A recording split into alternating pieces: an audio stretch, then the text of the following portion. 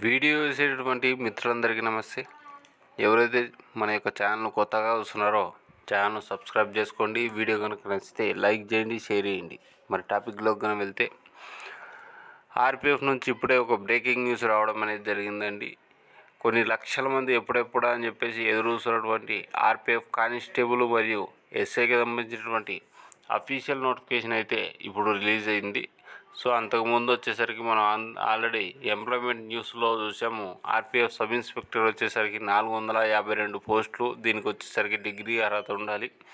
Constable పోస్టులు వచ్చేసరికి 4028 పోస్టులు, దీనికి 10th క్లాస్ మాత్రమే అర్హత. మొత్తం మీద 4660 పోస్టులు రిక్రూట్ చేస్తున్నారంటూ చెప్పేసి ఎంప్లాయ్మెంట్ న్యూస్ ఆర్టికల్ అనేది రావడం అనేది జరిగింది.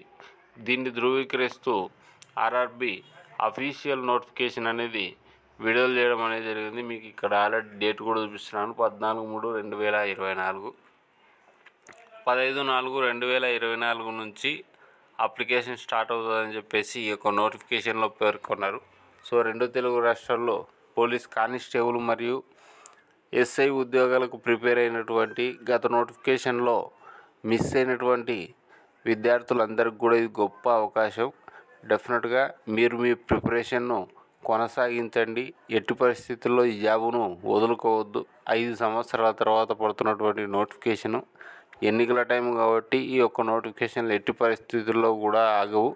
కాబట్టి అభ్యర్థులందరూ కూడా ఈ యొక్క నోటిఫికేషన్కు అప్లై చేసుకోండి. 15/4/2024 నుంచి అప్లికేషన్ అనేది స్టార్ట్ అవుతుంది. అలాగే ఈసారి కానిస్టేబుల్ మరియు ఎస్ఐ జాబ్స్కు సంబంధించినటువంటి సిబిటి తెలుగు మీడియంలో కూడా ఉంటుంది. సో తెలుగు మీడియం అభ్యర్థులకు అయితే ఇది గొప్ప సువర్ణ అవకాశం అని చెప్పొచ్చు. ఇంగ్లీష్ సబ్జెక్ట్ అనేది అస్సలు ఉండదు. కేవలము arithmetic, reasoning, general science and general awareness మీదనే క్వశ్చన్ పేపర్ అనేది ఉంటుంది.